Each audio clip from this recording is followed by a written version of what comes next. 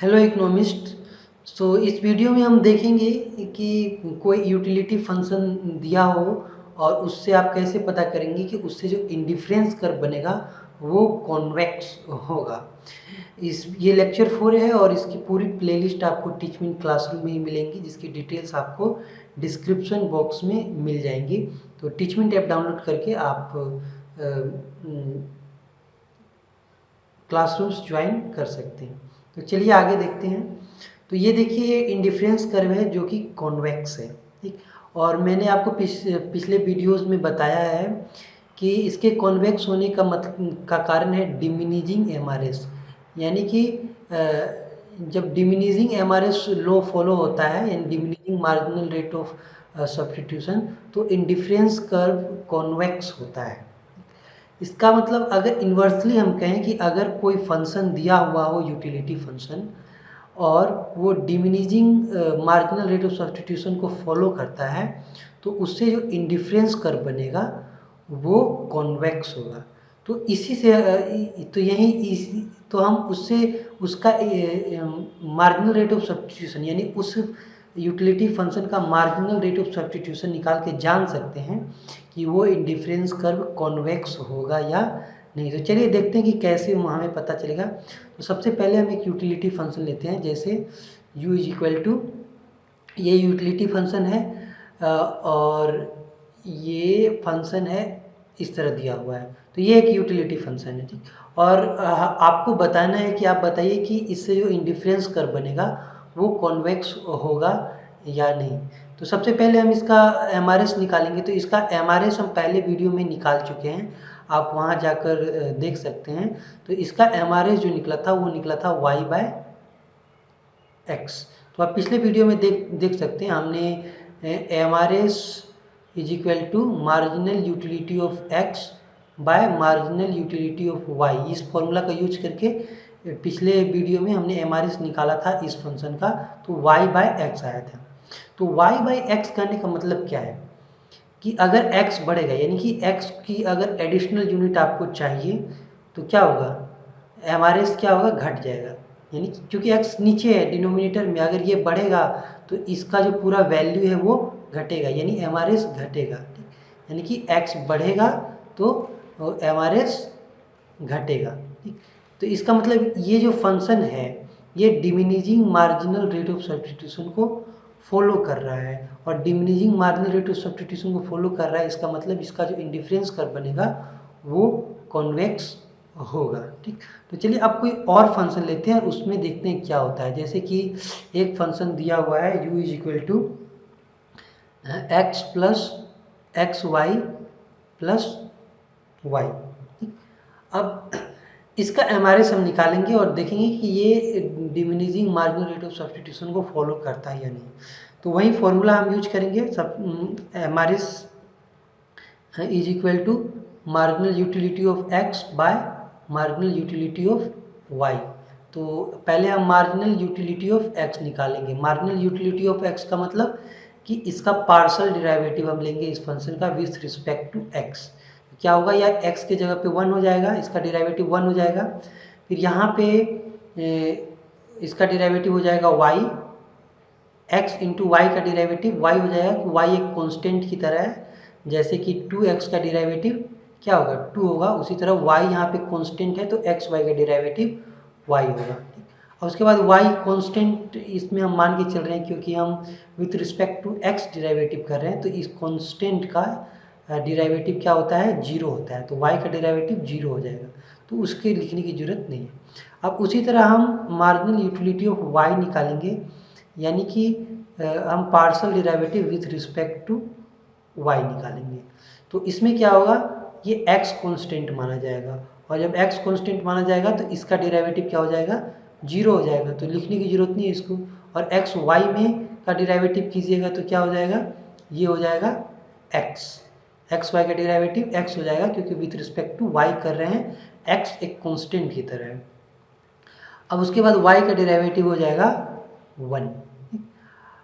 तो इसको 1/x भी हम लिख सकते हैं, इससे कोई फर्क नहीं पड़ने वाला, ताकि दोनों सेम सेम हो जाए, ठीक। अब इतना हो गया। अब हमारा एमआरएस निकल जाएगा, यानी एमआरएस इज इक्वल टू हो जाएगा marginal utility of X by marginal utility of Y is equal to X का मार्जिनल यूटिलिटी ऑफ एक्स निकला था 1 प्लस वाई और मार्जिनल यूटिलिटी ऑफ वाई निकला था 1 प्लस एक्स।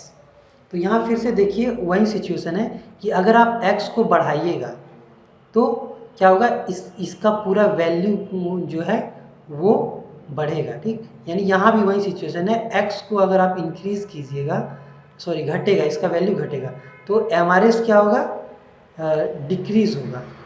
तो इसका मतलब कि ये भी diminishing marginal rate of substitution को फॉलो करता है। कहने का मतलब है कि ये फंक्शन है, ये इसका कर्व जो है इंडिफरेंस कर्व वो कॉन्वेक्स होगा। यहाँ y है, यहाँ x है, आप जैसे जैसे इधर जाएंगे ये एमआरएस कम होता जाएगा हर पॉइंट पे। ठीक, इसका मतलब ये कॉन्वेक्स कर्व बन जाएगा।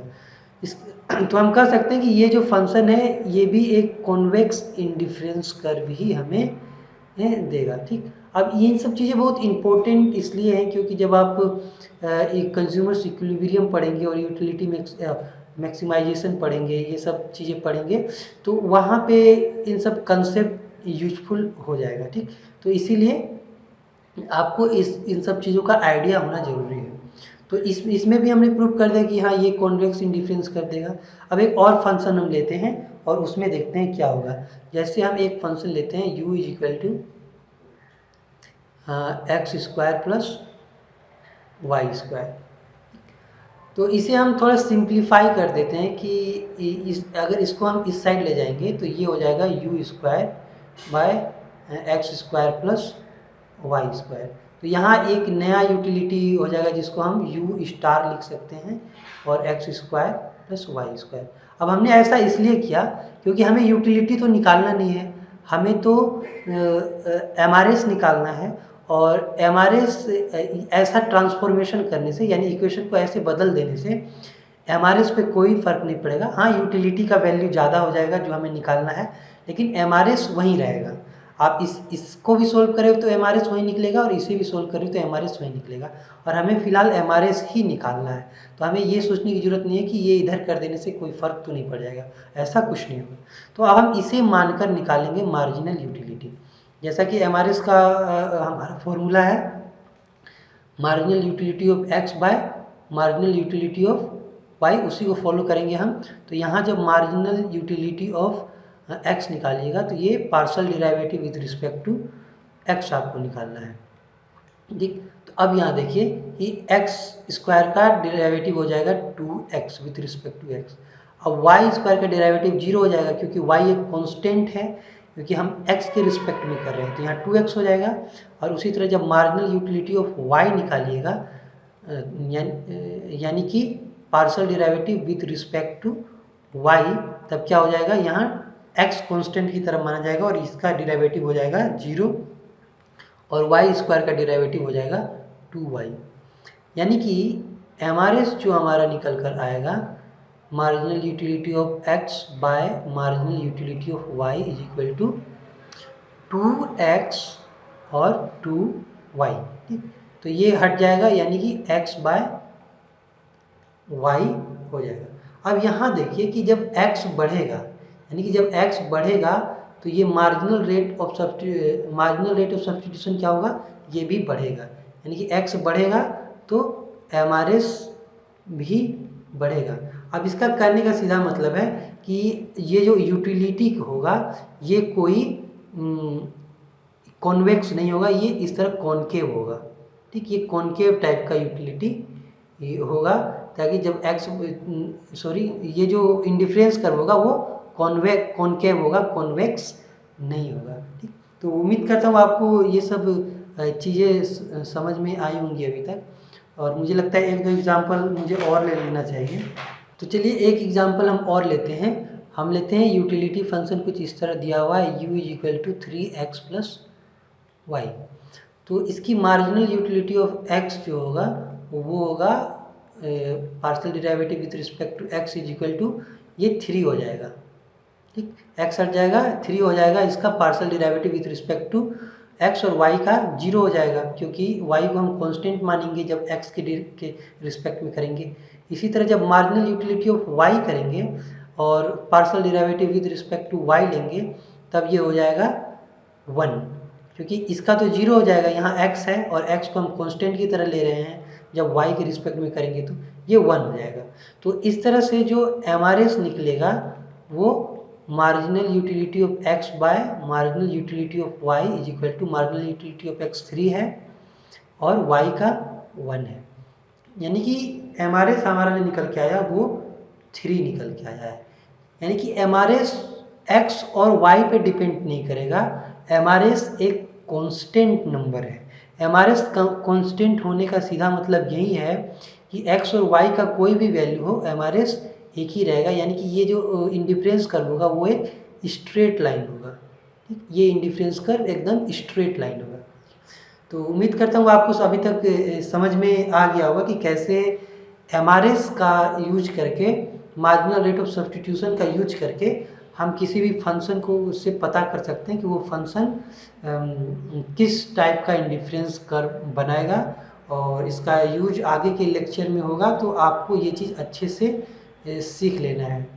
तो इतना कहकर मैं इस लेक्चर को ख़त्म करता हूँ। वीडियो से जुड़ने के लिए थैंक यू।